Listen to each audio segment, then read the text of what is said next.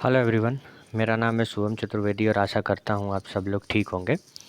तो हम आज जो प्रैक्टिस सेट लगाने जा रहे हैं वो यूपीएसआई की प्रैक्टिस सेट लगाने जा रहे हैं। और ये जो क्वेश्चन सारे हैं इस प्रैक्टिस सेट में जितने क्वेश्चन हैं ये मैंने बहुत ही मेहनत से ढूंढ के एक जगह कलेक्ट किया है कि जो हमारा प्रैक्टिस सेट है वो प्रैक्टिस सेट हमारे लिए सच में काम का हो। ठीक है, तो मेरी कोशिश यही रहती है कि जो प्रैक्टिस सेट आपको दिया जाए हर प्रैक्टिस में से कम 1 से 2 क्वेश्चन तो आपको मिल ही जाए देखने को।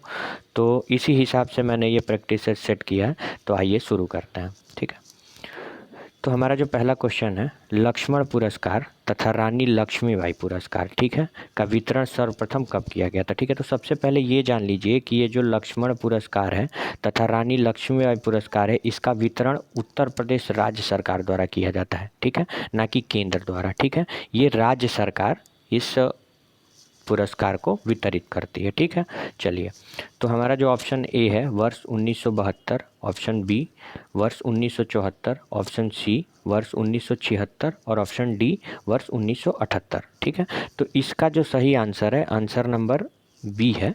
ठीक है, ये वर्ष 1974 में से वितरित किया गया था। ठीक है, मतलब सर्वप्रथम इसको जो इसका वितरण हुआ था वो 1974 में हुआ था। ठीक है, चलिए अगला क्वेश्चन देखते हैं। हमारा जो अगला क्वेश्चन है, लक्ष्मण पुरस्कार या रानी लक्ष्मीबाई पुरस्कार से पुरस्कृत होने वाले खिलाड़ियों को कितनी धनराशि पुरस्कार स्वरूप प्रदान की जाती है। ठीक है, मैंने ये इसलिए डाला है क्योंकि कई बार ये क्वेश्चन पूछा गया है कि जो लक्ष्मण पुरस्कार तथा रानी लक्ष्मीबाई पुरस्कार है इसमें जो धनराशि प्रदान की जाती है वो कितनी होती है। ठीक है, तो हमारा जो ऑप्शन ए है 15,000, ऑप्शन बी 20,000, ऑप्शन सी 25,000 और ऑप्शन डी 30,000। ठीक है, तो इसका जो सही आंसर है ऑप्शन नंबर सी है, 25,000 रुपये प्रदान किए जाते हैं। ठीक है, जब ये पुरस्कार दिया जाता है तो इसके साथ साथ 25,000 की धनराशि प्रदान की जाती है। चलिए, हमारा जो अगला क्वेश्चन है, निम्न में से उत्तर प्रदेश का सर्वोच्च खेल सम्मान कौन सा है। ठीक है, तो जैसा कि आप जानते होंगे कि जो हमारे भारत का जो सर्वोच्च खेल सम्मान पुरस्कार है, ठीक है, वो राजीव गांधी खेल रत्न पुरस्कार है। ठीक है, लेकिन इसमें पूछ रहा है कि उत्तर प्रदेश का सर्वोच्च खेल सम्मान कौन सा है। ठीक है, तो चलिए देखते हैं।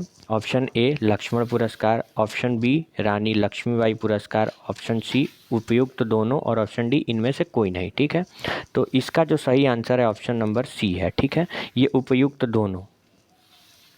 ठीक है, लक्ष्मण पुरस्कार और रानी लक्ष्मीबाई पुरस्कार ये दोनों ही उत्तर प्रदेश के सर्वोच्च खेल सम्मान है। और जैसा कि मैंने आपको बताया था कि इसमें 25,000 की धनराशि प्रदान की जाती है। ठीक है, मतलब ये पुरस्कार जिन खिलाड़ियों को दिया जाता है तो उनके साथ साथ ये 25,000 की धनराशि भी प्रदान की जाती है और ये उत्तर प्रदेश सरकार द्वारा दिया जाता है। चलिए, हमारा जो अगला क्वेश्चन है, भारत की पूर्व प्रधानमंत्री श्रीमती इंदिरा गांधी, ठीक है, इंदिरा गांधी की पूर्ण स्मृति में किस प्रतियोगिता का आयोजन किया जाता है। ठीक है,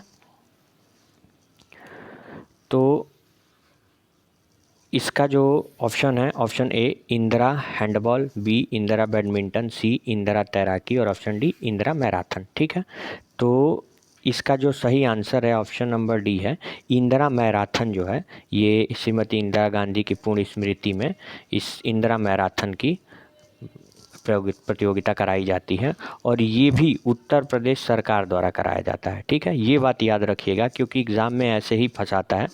तो ये उत्तर प्रदेश सरकार द्वारा कराया जाता है। चलिए,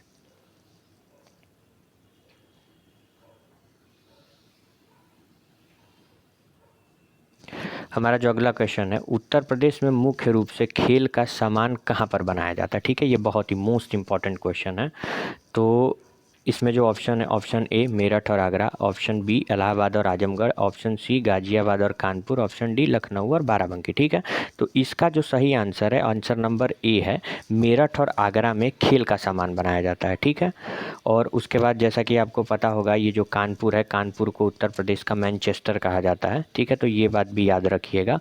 और एक बात, जो लखनऊ है लखनऊ में सर्वप्रथम जो किसान सभा थी, किसान सभा की मीटिंग हुई थी, ये बात भी याद रखिएगा। और बाराबंकी में अफ़ीम की खेती होती है, ठीक है, ये बात भी याद रखिएगा। अगर कभी क्वेश्चन आए कि उत्तर प्रदेश में अफ़ीम की खेती सबसे ज़्यादा कहाँ की जाती है, तो बाराबंकी में की जाती है।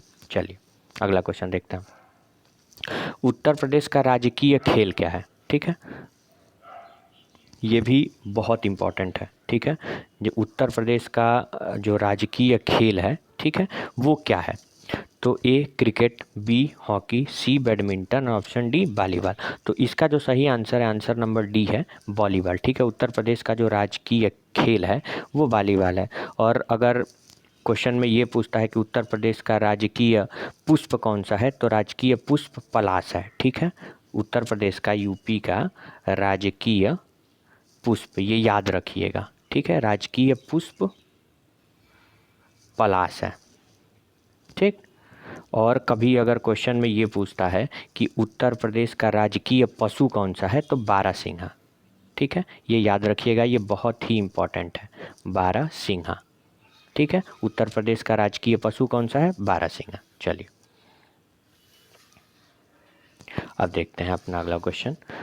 क्वेश्चन नंबर 7, निम्न में से उत्तर प्रदेश का विशिष्ट हॉकी केंद्र कहाँ पे है? ठीक है, जो उत्तर प्रदेश में हॉकी केंद्र है वो कहाँ पे है? Option A Gorakhpur, option B Agra, option C Rampur और ऑप्शन डी वाराणसी। ठीक है, तो इसका जो सही आंसर है ऑप्शन नंबर सी रामपुर में है। उत्तर प्रदेश का जो विशिष्ट हॉकी केंद्र है वो रामपुर में है, याद रखिएगा।